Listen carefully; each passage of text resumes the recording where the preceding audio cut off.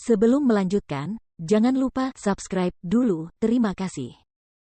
Bab 313, Ayahmu orang yang tak tahu malu. Melihat aura Jordan dan Pablo yang mengintimidasi, ditambah tato-tato mengerikan Pablo yang terekspos, semua orang mengira akan terjadi pertumpahan darah selanjutnya.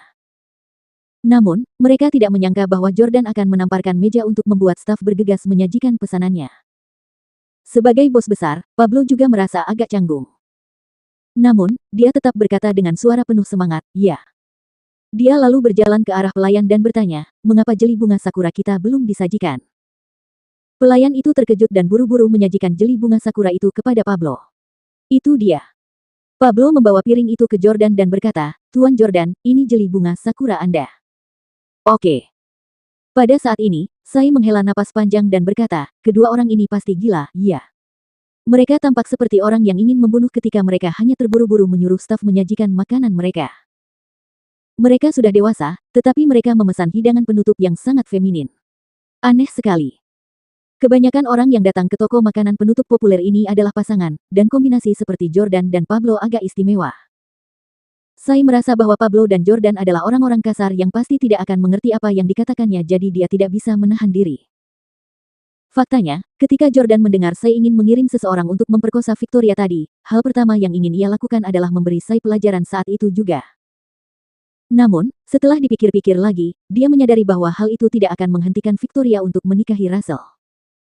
Dia pikir lebih baik membiarkan Sai menyakiti Victoria, sehingga ketika saatnya tiba, Jordan dapat menyelamatkan gadis yang sedang dalam kesulitan itu.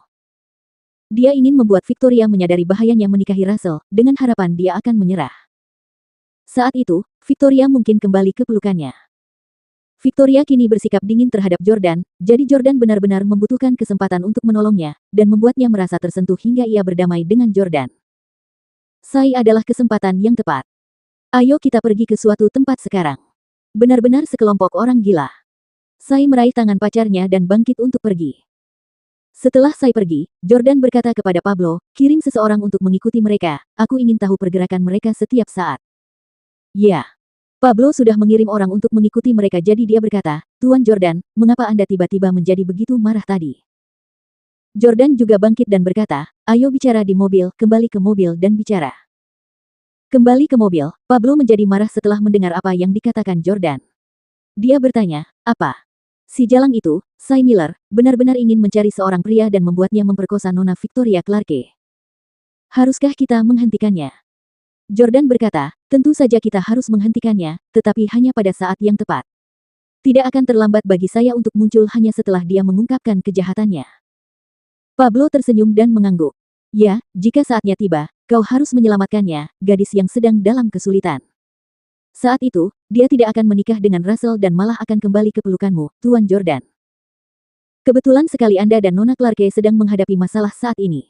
Sai Miller cukup pandai memilih waktu yang tepat. Jordan yakin Sai akan membantunya bersatu kembali dengan Victoria." Pukul 8.30 malam di Aegean Hills. Saat itu, Jordan, Pablo, Salvatore, dan yang lainnya berada di sebuah villa pegunungan. Namun, itu bukan villa yang ditinggali Victoria, melainkan villa yang mereka beli seharga $20.000. Mereka menatap layar komputer di depan mereka, yang mana pada layar tersebut ditampilkan situasi setiap kamar di villa tempat Victoria tinggal. Pada siang hari, Jordan menyuruh seseorang memutus arus listrik di villa Victoria, dan kemudian mengirim orang lain untuk berpura-pura menjadi pekerja pemeliharaan dan pergi ke villanya untuk memperbaiki kabel. Faktanya, dia memanfaatkan kesempatan itu untuk memasang kamera lubang jarum di villa tersebut sehingga dia bisa memantaunya. Alasannya karena Jordan tahu Sai akan segera mengirim seseorang untuk menyakiti Victoria. Pada saat itu, tim yang sedang berjaga di luar, bergegas masuk dan melaporkan, "Tuan Jordan, Sai membawa 2 orang kulit putih untuk mencari Victoria." Saat ini, di pintu masuk villa Victoria. Victoria membuka pintu dan tersenyum saat melihat Sai dan yang lainnya. "Sai, kamu sudah di sini. Kenapa kamu tidak meneleponku sebelumnya?" Victoria dan Sai seusia dan bahkan teman sekolah. Meskipun mereka tidak sekelas dan tidak akur, mereka saling mengenal. Jadi, Victoria sangat gembira melihat mantan teman sekelasnya. Namun, Sai memiliki sikap yang sama sekali berbeda. Apakah saya perlu membuat janji terlebih dahulu untuk kembali ke rumah ayah saya?" Victoria berkata, "Bukan itu maksudku. Maksudku, aku tidak tahu kau akan kembali, jadi jika kau memberitahuku sebelumnya, aku bisa menjemputmu di bandara." Sai mendengus dingin dan berjalan masuk ke villa. Dia berkata, aku tidak berani mengganggumu untuk menjemputku. Kau hampir menjadi ibu tiriku. Aku tidak mampu melakukan itu. Victoria mengikutinya masuk dan berkata, Sai, jangan berkata begitu, kita kan mantan teman sekolah. Sai menoleh dan membentak, kau masih tahu kalau kita teman sekolah, ya? Aku menganggapmu sebagai teman sekolah, tapi kau ingin menjadi ibuku. Victoria, kau terlalu tidak tahu malu dengan melakukan ini demi uang. Pada saat ini, Emily turun dari lantai 2 dan sangat marah ketika melihat Sai melampiaskan amarahnya pada Victoria. Emily menghampiri dan berkata, Sai Miller, siapa yang kau marahi? Kenapa kau tidak memarahi ayahmu karena tidak tahu malu? Istrinya baru saja meninggal dan sekarang dia menikahi seseorang yang jauh lebih muda darinya. Beraninya kau mengatakan bahwa adikku menikah dengan ayahmu hanya karena uang. Tahukah kau berapa banyak pria yang mengejar adikku? Mereka semua lebih kaya, lebih muda, dan lebih tampan daripada Russell Miller. Emily, jangan ngomong sembarangan. Victoria menegur Emily. Sai juga marah. Bocah, kau tinggal di rumah ayahku, dan kau masih berani memarahiku. Kau terdengar sangat percaya diri. Jika kau mampu, belilah villa milikmu sendiri dan pindahlah dari rumah ayahku. Hidung Emily sakit. Dia benci saat orang-orang mengatakan dia menempati barang milik orang lain. Dalam kemarahannya, Emily berkata dengan geram, siapa yang mau tinggal di rumahmu yang jelek ini? Dengan itu, Emily mengganti sepatunya dan berjalan keluar. Namaku Emily. Tidak peduli seberapa keras Victoria memanggilnya, Emily menolak untuk kembali. Sai tersenyum puas. Ia hanya ingin membuat Emily marah karena jika Emily tidak pergi, ia tidak akan bisa menjalankan rencana jahatnya. Pada saat ini, nada bicara Sai menjadi lebih lembut, dan dia berkata, Victoria, jangan salahkan aku karena terdengar begitu kasar. Jika kamu jadi aku dan ayahmu menikahi salah satu mantan teman sekolahmu tepat setelah ibumu meninggal, apakah kamu akan merasa nyaman dengan itu?